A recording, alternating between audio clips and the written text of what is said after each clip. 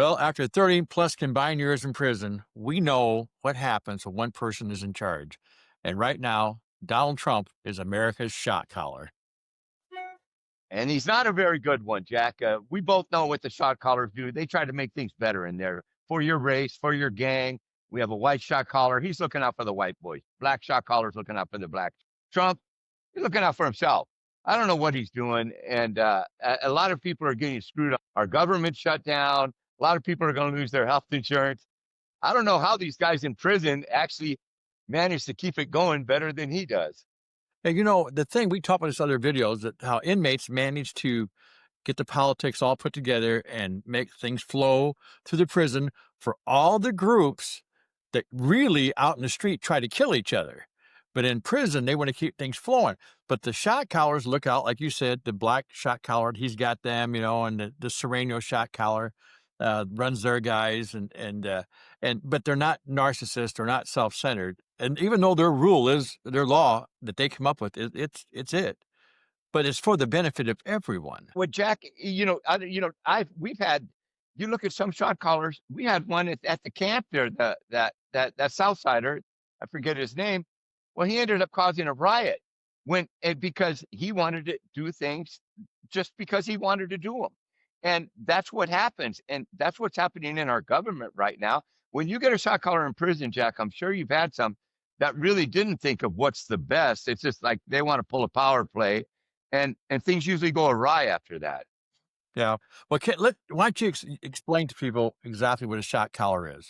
And then I'll tell us a little story here. When you go to prison, if you're in especially a California yard or Texas yard, when you're in a higher security thing, there's the chiefs, which are the natives, the islanders, which cover all the Asians, the whites, the blacks. The Mexicans have two. They have the Serenos, which are the American-born Mexicans, and then they have the Paisas, which are the illegals. A lot of them, they're from Mexico, and each one has a shot collar. And when there's a dispute, if somebody owes money for drugs, or if somebody assaults someone or disrespects them, and somebody wants the guy to get a beating, he goes to the shot collar, and you're not supposed to retaliate on your own. If somebody punks you, you're supposed to go to your shot collar to avoid a racial thing.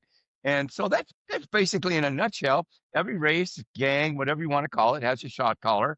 And when there's a problem on the yard, they get together, they discuss it, and try to go find out the best way going forward. Exactly. And some of the straightest shooting guys I ever met in my life down La Tuna behind the fence were shot collars. You could take them at their word. I never had trouble. We had one, and see if this sounds familiar. So all the shot callers down there, like I said, they ran it. The place was pretty smooth. We had one group, and it turned out to be one guy that decided to profit for himself. This is a shot caller. And he decided for himself he was going to move up this ladder. And he had a little group around him inside his group of people that followed him, not his entire group, not the whole group.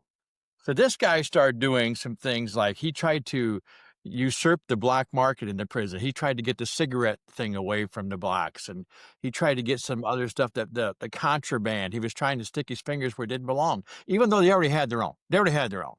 So he's trying to get in the trade there. And then what broke the back of everything is, how important telephones are behind the fence. Yes. Getting to a phone. There's not that many. Yeah, not many phones. We had the phone bank in our unit we had 300 guys in our unit and 5 phones in the phone bank. Everybody wants to get to them, call your family. Anyway, this particular shot collar decided to charge people to use the phones in the units. So he was trying to station people and trying to muscle people into paying the phones. And they called it, this is what was called, they said, that bastard's trying to tariff the phones. Well, he was trying that's before the tariff word was even a big thing. Before it's even a deal. Somebody said he's trying to tariff the phones. And that was it. So what happened was an early morning, basically surprise attack, a Pearl Harbor-like thing. They got these guys right in their bunks and hit them. And it was done. It was a very organized thing. No one was killed, but a couple of them probably wished they had been. And they took him out. The problem with that was it wasn't just him. that got it. It wasn't just his little cronies around, it was his whole group got it. Guys who had nothing to do with it. Guys who I was told later tried to tell him, "Don't do that. Don't don't don't be tariffing the phones." I Jack, mean, this sounds eerily familiar. What's going on in our country right now? yeah, exactly. He's making decisions from the seat of his pants, and I don't know if, but then I don't know if anybody actually is telling him, his inner circle, hey, that's probably not a good idea. It sounds like everybody's afraid to. Well, I At think in his least, first one, not to interrupt you, in his first administration, people did tell him that, and he got rid of them. yeah, That's Mattis, the narcissist. Kelly, all the real people. Yeah, he didn't want to hear it. But when you start making decisions and without consulting and doing what's best for you, well, then the many are going to rebel against the few, and start saying, well, fuck that, that we don't want it like this, and it'll probably cost a lot of people their elections, come next year, because they're not standing up to them, especially when everybody's health insurance goes. But that being said, it's funny how things like what you just said, a prison story, is exactly what we're dealing with at this time. Exactly, and the American people have no idea what's coming. And I'm not you know me, I'm not a doomsayer. I'm the one who says, "We'll get through this, we'll get through it fine," but every day there's something else. It all comes down to this one dude. All comes back to him all the time. And so you've got a guy who will literally sell out anyone to protect himself. And if people can't see that one, and that's not how the real shot callers work. They'll lay it down for their people, and this guy wants the people to lay it down for him, and that's what's happening. And you can't function like that. And the American people don't know what's coming because that story about the attack over the tariffs on the phones. Do you think the whole world, and it's the whole world looking at us now? We're on our own. We're absolutely, for the first time since when? Since when? We were not on our own in the Revolutionary War, even. Well, they're But even we are we now. even have allies that I think are kind of hoping for us to fail a little to get rid of them, and because they don't like it, and they're and it comes back, the prison thing you said, Jack. We were at the camp, and you remember that the Sereno shot caller, he had him jump the black dude Buck. Well, Hmm. over nothing, and that was his call, and that was his little thing. Well, the blacks didn't take that sitting down, and they did exactly what you said. They didn't just get him; they got every Sereno on the yard. When the Sereno started running out of the units to go help their friends, the blacks were standing behind the doors with a weight bar, a mop handle, whatever, and peeling their caps.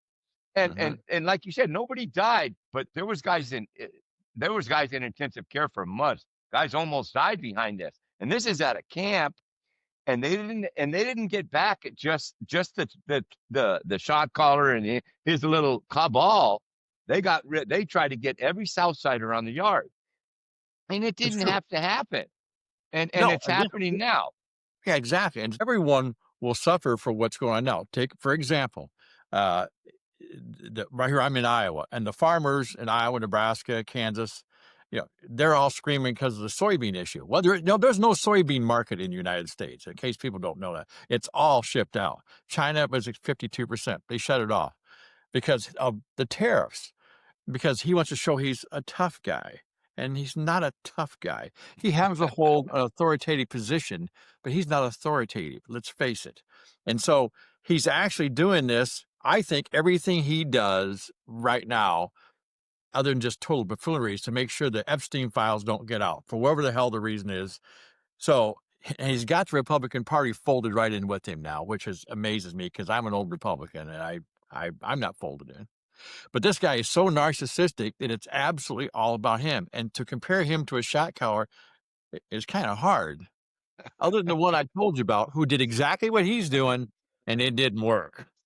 It Yeah. did. Out they do we do every time though we've had bad shot callers, like we talked about. You gave an example, I gave an example, and that fucked up the whole yard, and he was gone. I don't know what happened to him.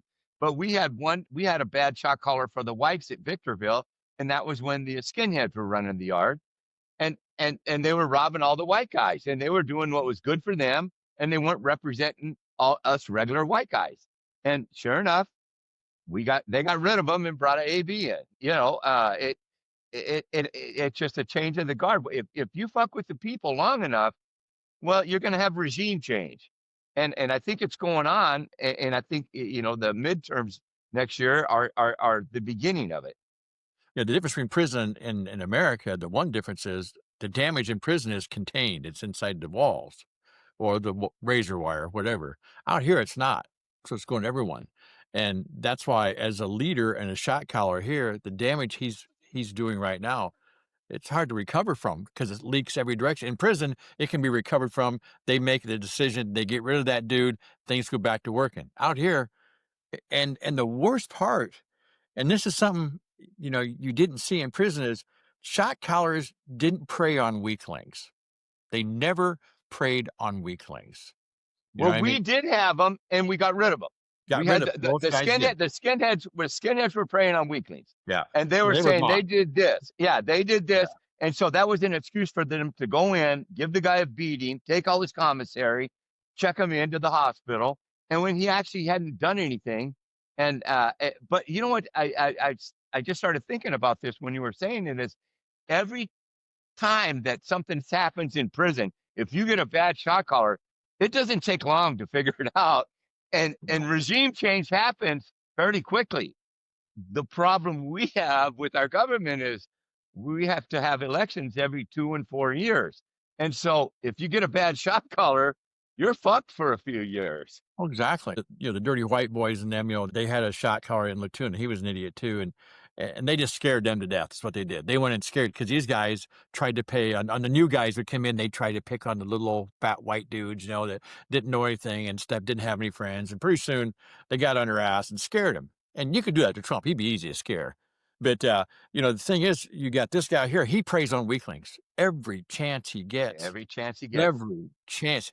And I gotta switch on somebody else. Can you imagine if a Sereno shot caller called all his people together, set him in the yard, and went up and did a Pete Hegseth speech to him? Can you imagine? They drug him off there and beat him within an inch of his life. they, they would give him a vicious beating. Oh This God, would they? he because he hasn't made his bones. No, He hasn't did shit. And no. I hate to say it, our president hasn't either. He hasn't made Uh-uh. his bones. So if you're gonna be a tough guy, go be a tough guy. I'm not a tough guy. I'll defend myself. No. I'll definitely. And we've had to, and we've had to. Both of us Yeah, had to. Yeah. yeah, and I've rode with my race like during with running race drivers for getting ready to go off. I'm sitting there, and that's the way it was. I mean, it's not like other than that, nobody's even going to talk to you again. So, you do the right thing. But him, man, this one man show, it's just not working. No. So I've got a topic I'm going to call before we close here. I've got to get, P. Diddy right now, today, as we speak, we're on Friday afternoon here, is getting sentenced. Don't know what the sentence is. I have a feeling, you said you had a feeling when you talked earlier about him probably going down the river. But whether he does or not, and whether Trump ever does or not, I want you to answer this question for me. Who would do better in prison, Trump or Diddy? Don't even fucking try it, man. Are you kidding? Come on. Like, I hate to go back to my own saying, but Trump's one slap away from sucking a prick. This Yeah, he guy, is. he would be punked for everything he has. He's a big bitch, and that's in reality, that's what would happen. Diddy's gonna have a posse. Diddy's gangster. Diddy running around pulling guns on people and shit.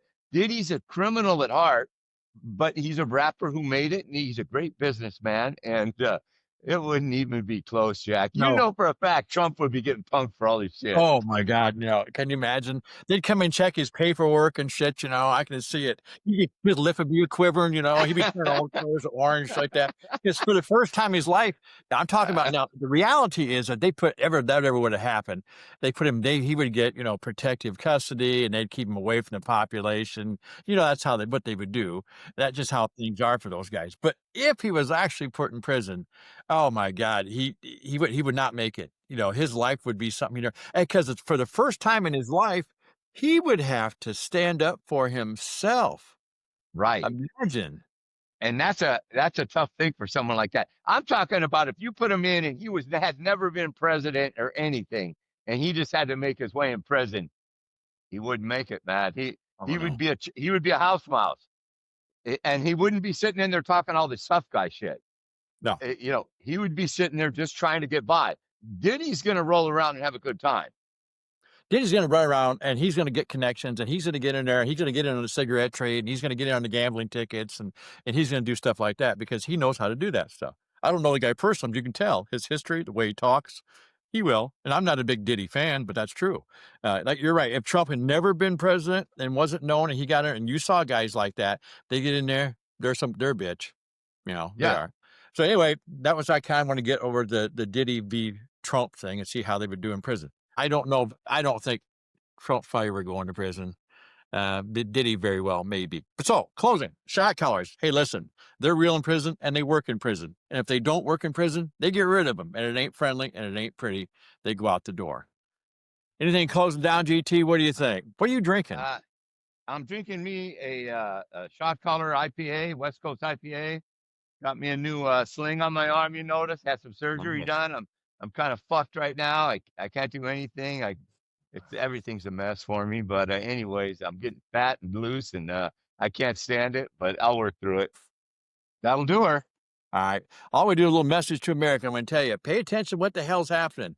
I don't care what side you're on, but really pay attention to what's going on. Don't get on your phone and look at Fox News and CNN, MSNBC. Just pay attention to what's being said one time and see what you really think. Think for yourself. Don't have them dipshits on there do it for you. And don't even have us do it for you.